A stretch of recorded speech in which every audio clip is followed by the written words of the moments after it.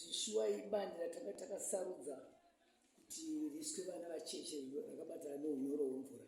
saka pakaiswa vana vakawanda. Ini ndakazongoonawo pakanzi mapangoche, ndobva ndazonzwa zvaakutaura kunzi akuda kuvaka gadheni, ndokubuda kwakaita nyaya yacho, asi ariko zvishuwa kana mapango ezvino zvaariko. Munhu wacho wakamaka uye ari pachikomo uyo ndiainzi ndiye avaka gadheni iroro.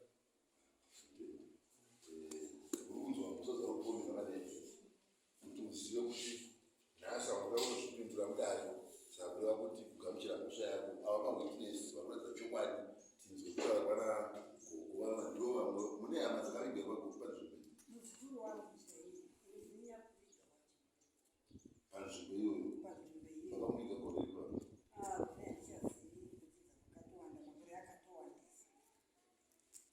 mungadai amaigara chapo vana vatakavaviga mava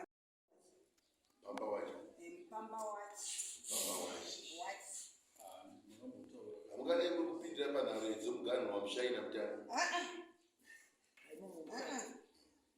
kuno patinochera mvura apa pataine kreshi gadheni redu rekreshi raive apa, tsime redu riri apa, chibani chedu chiri kukwira so chino musauti. Vamwe vanga vana makore angati kudii anenge 2 here akasara ari kudhuze musauti. Ava vacheche ngonzi mwana apfuurira ndo vakabvira maakarima saka mune muzukuru wenyu mwe chete kavagavavo ini wangu mumwe chete ataureveka munonzi ariko kune vana vanza zvangu 4 vakaigwa vana 4 vakaigwa munzvimbo nzvimbo iyo yakaitwa gadheni iyo kureva kuti kune vamwe tikangosvika nhamba yakasvika kuteni ndokuti vamwe vacho munondo vabuda vatauya navo tine madzika ukombe mumusha kana muchigarwa kuno vanozanhororo dzemusha kugarai pasha vabva kwakutani vakuru vari muno